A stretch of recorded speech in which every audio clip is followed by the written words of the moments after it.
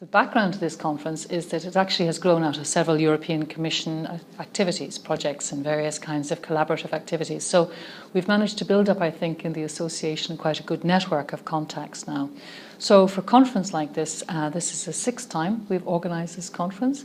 And so we always start with a kind of a main theme or a main idea for the conference. And for this year, it was around media education and media literacy.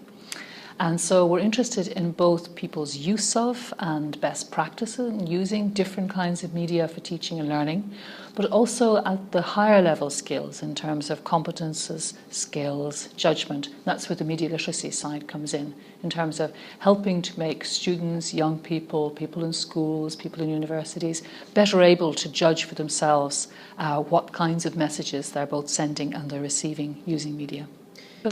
Okay, indeed, I think probably two of the main themes that we've had this year have been use of video right the way through, from primary through to higher education, and best practice and how to do that better, you know, because I think when you start to use these kinds of media tools as a teaching and as an educational professional, first of all, you tend to mimic the normal practices, the way that you've always done things. So that's why we've seen lecture capture has been very popular, for example.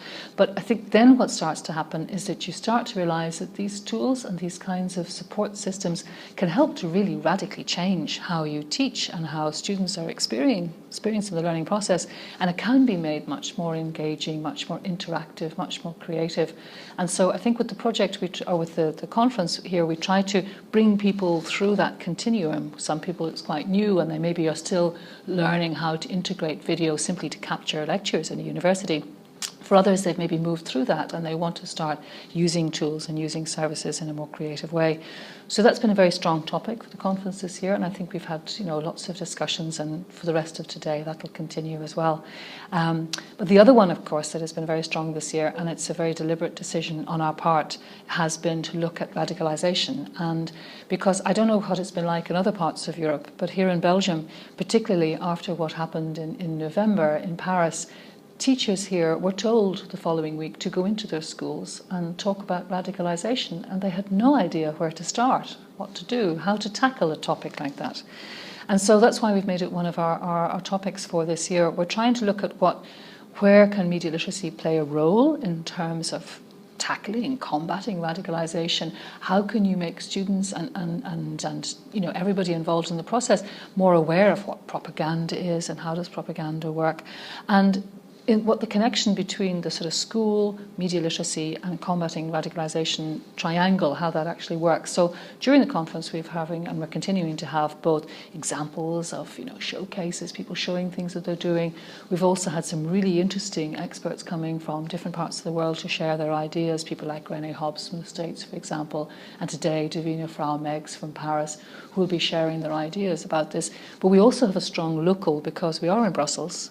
We have had a very strong profile, fortunately, unfortunately, in recent months in terms of what's been happening here in Belgium. And so it means that we also will have several people joining today for a public discussion that we're having about what can you do on the ground and how can you make people more media literate, better able to make decisions for themselves, and in a better position to decide not to be influenced by the kinds of propaganda that we increasingly see through social media, for example.